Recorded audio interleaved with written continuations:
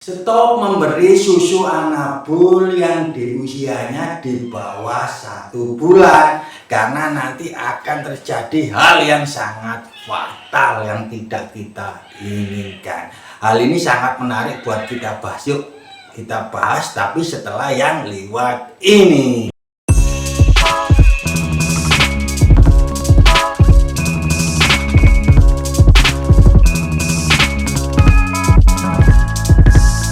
Assalamualaikum warahmatullahi wabarakatuh. Jumpa lagi di Pincong. Kali ini tetap ya kita membahas tentang anabul push meong. Oke, kali ini kita akan membahas kenapa sih kok kita tidak boleh memberikan susu kepada anabul yang usianya di bawah 1 bulan.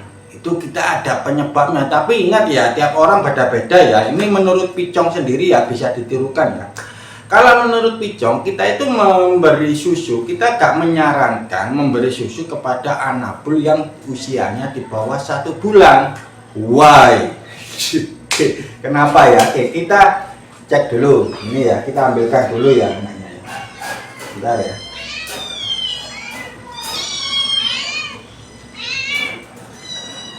Kalau kita memberikan susu pada anabul yang usia ini ya, ini masih usia 2 minggu kak ya.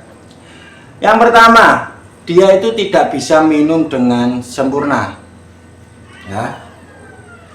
Yang kedua, nanti takutnya ini nanti belepotan ya ke daerah wajah sini ya kak. Ini ke daerah wajah sini takutnya itu belepotan ke sini, dan yang kita tidak inginkan nanti airnya bisa masuk hidung, yang bisa mengakibatkan anabul kita violet. Oke ya, violet ya. Itu ya, kenapa ya saya nggak menyarankan.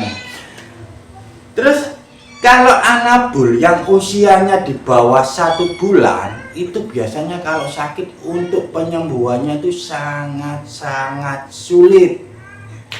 Jadi tipsnya untuk anabul ini biasanya, maaf sebentar, ini biasanya yang kita bahas ini biasanya untuk pemula ya kak, pemula ya, karena pemula gini berpikirnya, kita bahas berpikirnya para adopter yang masih pemula kak ya. Para pemula berpikirnya kita nggak menyalahkan mereka, karena mereka berpikir, oh kenapa sih anabul kok gak makan, takut mati dan sebagainya dan lain-lain. Itu sudah wajar. Awal memang saya dulu juga pernah berpikiran begitu, akhirnya saya paksa memberikan susu ya. Kita gak menyalahkan juga memang, tapi ingat, kalau mau kita memberikan susu itu minimal di usia 1 bulan, karena di usia 1 bulan anabul sudah bisa minum dan belajar makan. Itu dia, lebih baik di usia 1 bulan baru kita kasih minum. Dan di usia 0 sampai 1 bulan kita itu hanya perawatannya ke indukan aja. Misalkan kita kasih indukannya biar air susu yang dikasihkan buat si baby itu lebih banyak ya, keluarnya banyak ya. Jadi kita perawatan indukannya saja, misal kita kasih makanan yang lebih berprotein kayak cemilannya, atau kita kasih kayak pakan basah, campur pakan basah dan pakan kering lainnya. Yang penting pakannya harus kita tambah sedikit porsinya ya, soalnya dia itu lagi menyusui. Yang biasanya 2 sendok kita kasih 3 sendok, kita lebih ya, karena dia posisi lagi menyusui. Ingat ya itu ya. Oke, itu. Terus kalau kita lihat yang kedua lagi, untuk tips yang kedua, kita lihat si betinanya. Ini betinanya kita lihat ya. Betina itu ada 2 cirinya. Ada yang memang dia itu sangat perhatian. Dia itu sangat perhatian kepada si babynya. Ada yang cuek lah. Kalau kita yang bahas yang perhatian pada babynya, kita nggak bisa bahas. Kita bahas yang kedua, yang agak cuek ya, yang nggak mau, yang nggak menghiraukan anaknya, apakah itu ibu kandung atau ibu tiri kita nggak tahu ya. Oke ya, coba ya yang pernah berpengalaman, oh betinanya ini kok kenapa kak kalau menyusu dan lain-lain, silakan komen, ramekan video ini guys.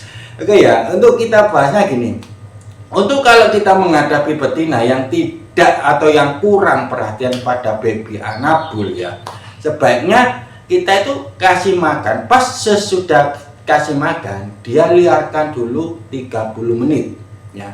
Kenapa?